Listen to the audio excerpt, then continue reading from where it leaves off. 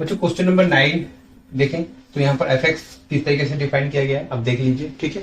और इसमें हमें चेक करना है ऑल पॉइंट ऑफ डिसकंटिन्यूटी। तो कैसे चेक करेंगे, तो यहाँ पर ध्यान देने वाली बात क्या है कि यहाँ मॉडुलस का फंक्शन दिया हुआ है। तो मॉडुलस फंक्शन के लिए क्या होता है ये मैं आपको पहले बता देता हूँ कि मॉडुलस एक्स जो होता है, मॉडुलस एक्स वो प्लस का एक्स होता है कब, जब एक्स की वैल्यू ग्रेटर और इक्वल 0 होगा, और मॉडुलस एक्स माइनस का एक्स के इक्वल होगा जब एक्स की वैल्यू लेस देन 0 होगा, ठीक है। तो यहाँ पर ध्यान देना है कि यहाँ मॉडुलस एक्स है, तो मॉडुलस एक्स को हम क्या करेंगे, हटाएंगे। तो यहाँ से हम इसको मॉडुलस एक्स को हटा रहे हैं, तो कैसे हटा सकते हैं, एक्स से मॉडुलस एक्स, तो modulus x x less than 0 के लिए, तो एक्स लेस देन 0 के लिए अभी मैंने बताया कि मॉडुलस एक्स को आप क्या लिखेंगे, माइनस का एक्स। तो ये माइनस का एक्स होगा, तो इस तरीके से कैंसिल हो जाएगा। तो इसका जो आंसर आ रहा है, मतलब सॉल्व करके इसको एक्स और एक्स इस तरीके से सॉल्व करें तो ये क्या आ रहा है, माइनस का 1, ठीक है। ये माइनस का 1 हो जाएगा। तो x डिवाइडेड बाई एक्स क्या होगा, आप खुद देखें, x डिवाइडेड बाई एक्स, ये आपका 1 और ये आपका माइनस का साइन मिल जाएगा, तो माइनस का 1, ठीक है।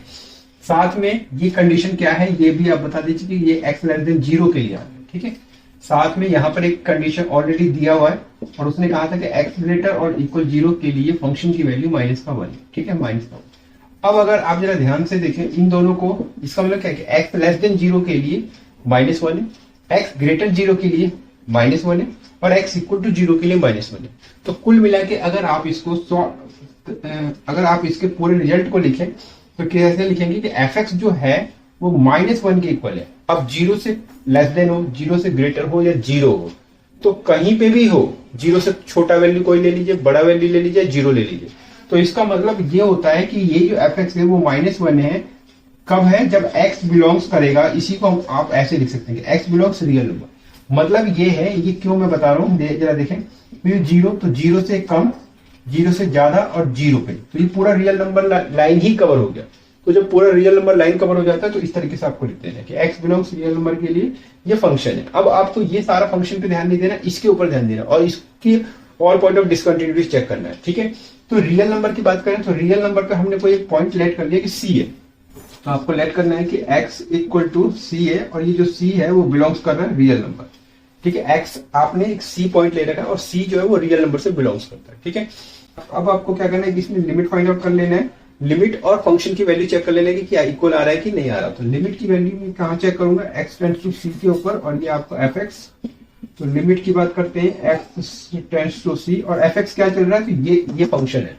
अभी आपको इससे पहले जो भी कंडीशन था वो कुछ नहीं लिखना, ये लिखना है -1 और ये आपका हो जाएगा, यहाँ पर x की जगह c पुट करना है तो यहाँ x है नहीं, तो ये क्या होगा, -1 हो जाएगा, ठीक है। लिमिट का वैल्यू आ चुका है। एंड करके आपको फंक्शन की भी वैल्यू चेक कर लेना है इस c पॉइंट के ऊपर कि क्या -1 आ रहा है। तो देखिए फंक्शन तो यही है, तो यहाँ पर x की जगह मैं c पुट कर दूं तो ये बन जाएगा f इक्वल टू -1। तो देखिए दोनों क्या है, इक्वल आ रहा है। तो आपको लिख देना है कि क्लियरली लिमिट की जो वैल्यू आ रही है यानी कि x टेंड्स टू c और ये आपका fx और ये आपका f इसके fc के इक्वल आ रहा है। और यहाँ पर ध्यान देना है कि c बिलोंग्स कर रहा है रियल नंबर के लिए, c बिलोंग्स कर रहा है रियल नंबर के लिए, या आप इस तरीके से प्रॉपर पूरी तरीके से x equal to c belongs real number.